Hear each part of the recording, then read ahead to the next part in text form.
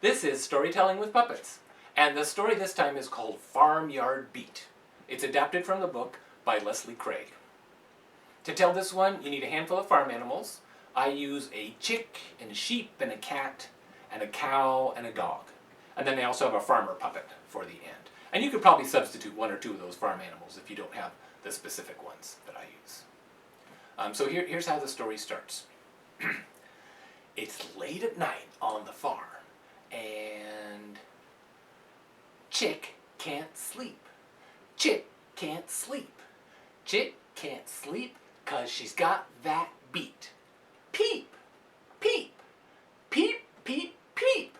And all of that peeping wakes up sheep. Now, sheep can't sleep.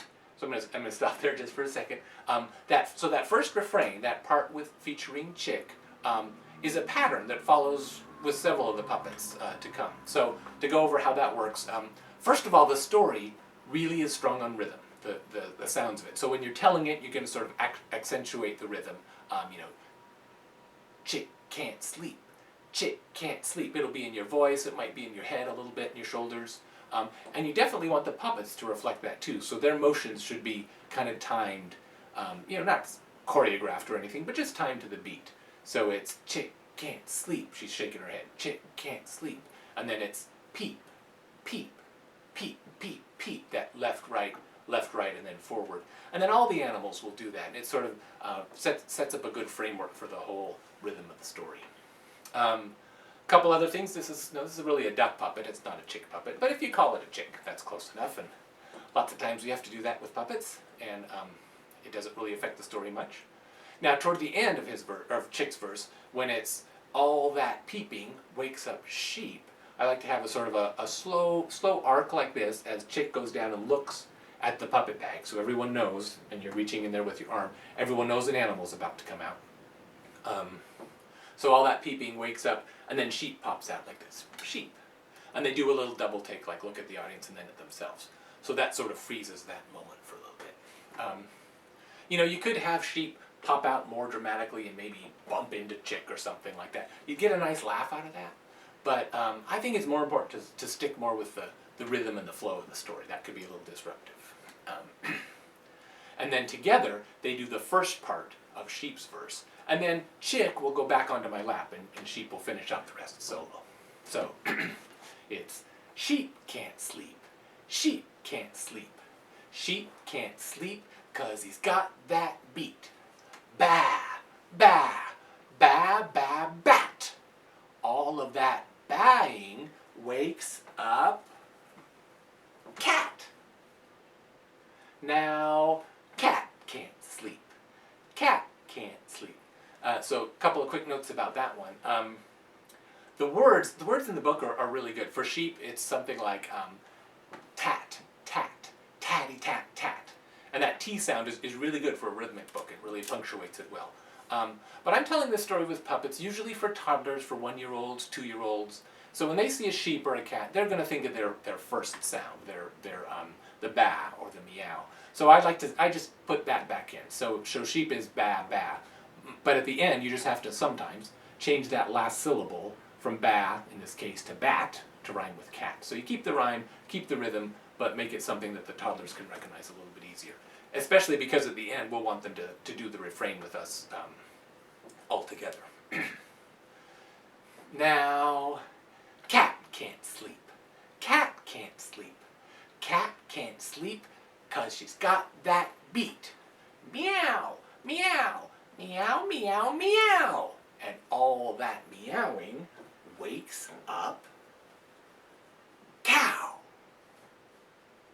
Now, cow can't sleep. And one thing about that little transition, sometimes it's a little hard to get the puppet on your hand. And in this case, with this puppet show, if you have a choice of puppets, if you have more than one cat or more than one cow, pick the one that's easiest to get on with one hand. But if you struggle with it a little bit, that's okay. The audience is anticipating it. It actually just sometimes makes it more interesting as they wait to see what's going to come out. Now, cow can't sleep. Cow can't sleep. Cow can't sleep 'cause she's got that beat. moo, moo, moo, moo, mog. Now all of that mooing wakes up dog. Now dog can't sleep.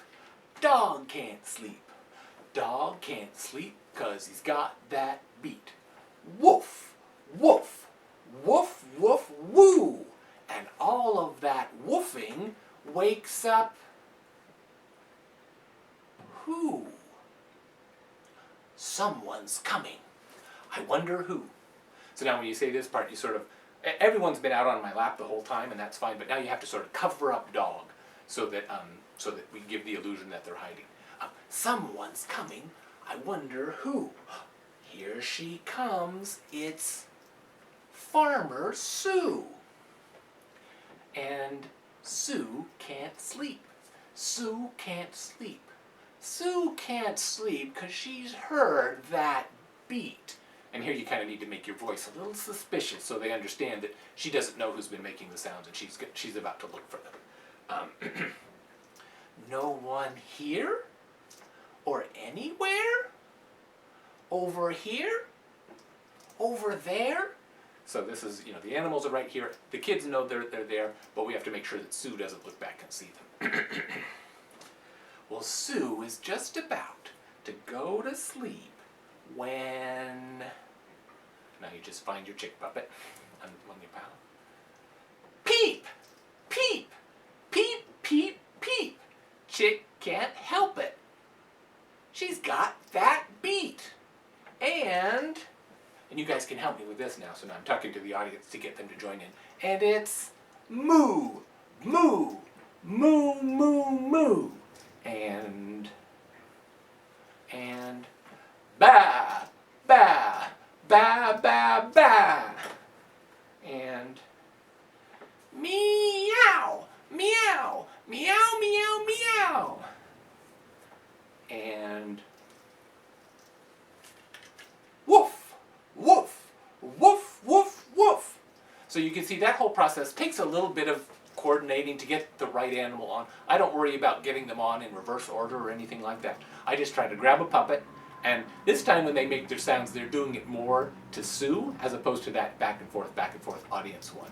And with a little coaxing, the audience will join in because they've really got that rhythm now, and it's a good thing to have them repeat it with us. Now, and this is how it ends. Now everyone is dancing to that beat till they all fall in a great big heap, and everybody falls asleep. So for that last bit, I just sort of like to, it's hard to get everybody dancing at the same time, but I do try to pick them all up and then just sort of flop them down, and then have whoever's on my hand do the falling asleep part at the end. And that concludes the story pretty well. So, that is the story of Farmyard Beat, adapted from the book by Leslie Craig. And there's one way that you can tell it with puppets.